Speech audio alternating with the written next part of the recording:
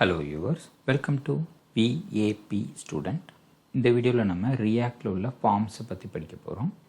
அதில் first introduction ஆரம்பிச்சுட்டு coding start பண்ணுவோம்.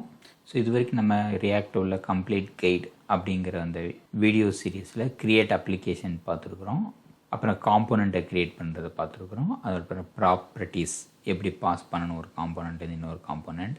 அப்புறம் ஃபோர்த் வந்து ஹூக்ஸ், யூஸ் ஸ்டேட், அப்புறம் யூஸ் எஃபெக்ட் இதை பற்றி பார்த்துருக்குறோம். அப்புறம் ரவுட்ஸ் அப்படிங்கிறது நம்ம வந்து மெனு கிளிக் பண்ணால் இன்னொரு பேஜுக்கு போகிறது. அப்புறம் ப்ராப்பர்ட்டி ட்ரில்லிங் அப்படிங்கிறது அதை ஓவர் கம் பண்ணுறதுக்கு கான்டெக்ஸ்ட் ஏபிஐ அப்படிங்கிற ஒரு கான்செப்ட் பார்த்துட்டோம். இதில் யூஸ் கான்டெக்ஸ்ட் அப்படிங்கிற ஹூக்கு யூஸ் ஆகும்.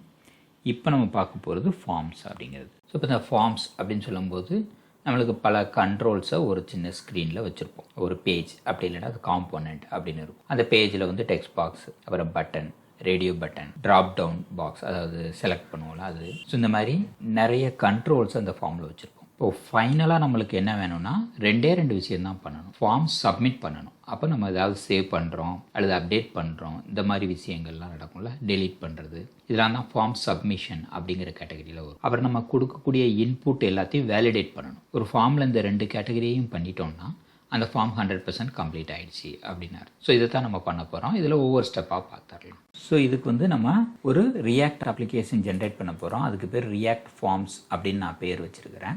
இப்போ ரியாக்ட் அப்ளிகேஷன் எப்படி ஜென்ரேட் பண்ணணும்லாம் உங்களுக்கு தெரியும். கமாண்ட் விண்டோவில் போய்ட்டு npm create vite latest கொடுத்துட்டிங்கன்னா அது சில கேள்விகள்லாம் கேட்கும். நீங்கள் ரியாக்ட் ஃபார்ம்ஸ் அப்படின்னு உங்கள் அப்ளிகேஷனுக்கு பேர் வச்சுக்கோங்க.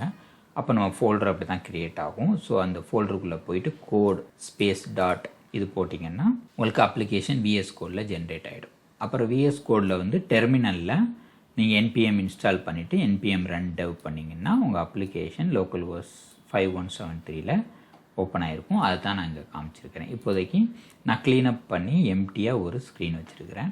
இந்த இண்டெக்ஸ் சிஎஸ்எஸில் வந்து நான் எனக்கு தேவையான ஒரு ஸ்டைல்லாம் எடுத்துக்கிட்டேன். நீங்கள் இதை கூகுள்லேருந்து எல்லாம் எடுத்துக்கலாம். நம்ம இந்த ரியாக்ட் ஃபார்ம்ஸில் தான் அந்த ஃபார்ம் எப்படி செய்ய போகிறோம், அதுக்கு வேலிடேஷன் எப்படி பண்ண போகிறோம் எல்லாமே படிக்கணும்.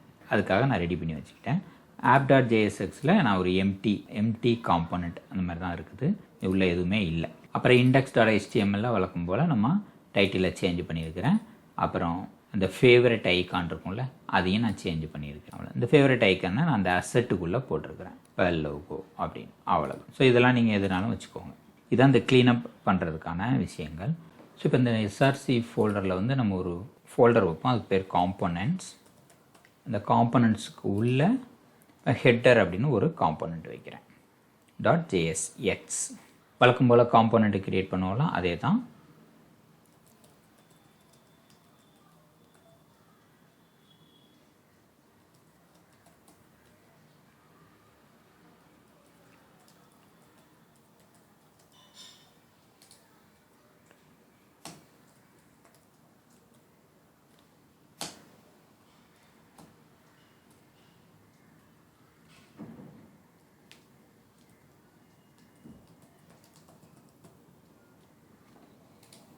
ஸோ ஒரு ஹெட்டர் க்ரியேட் பண்ணுறதுக்கான பேசிக் ஐட்டம் நமக்கு தெரியும்.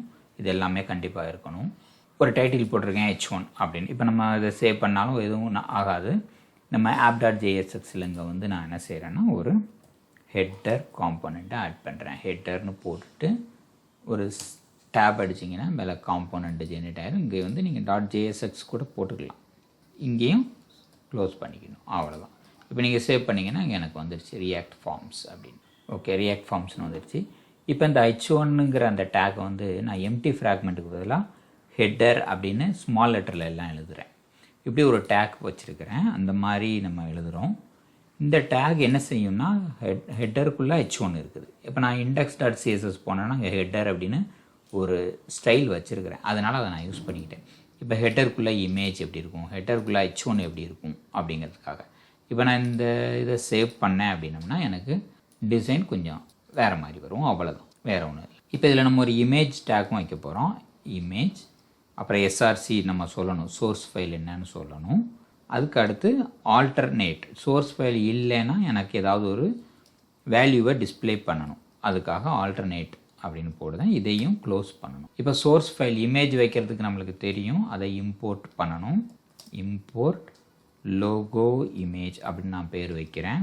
ஃப்ரம் //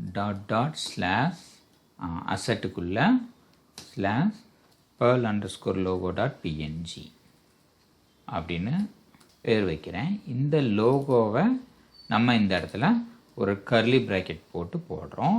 அப்போ நம்மளுக்கு டபுள் கோட்ஸ் போட வேண்டாம்.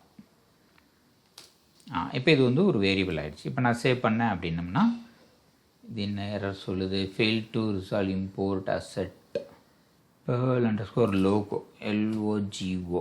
ஓகே, வந்துருச்சா? ஸோ இந்த இமேஜோட நேம் வந்து கரெக்டாக அங்கேருந்து காப்பி பண்ணி கூட போட்டுக்கோங்க. அப்போ நம்மளுக்கு இந்த இமேஜும் வந்துடுச்சு, h1ங்கிற டேகும் வந்துடுச்சு. ஸோ இது வந்து இப்போ ஃபஸ்ட்டு ஸ்டெப்பில் நம்ம கோடிங் ஸ்டார்ட் பண்ணியிருக்கிறோம். இதுக்கு அடுத்து நெக்ஸ்ட் வீடியோவில் லாகின் ஸ்க்ரீனை ரெடி பண்ணி நம்ம கோடிங் கொண்டு போகலாம். Thank you viewers.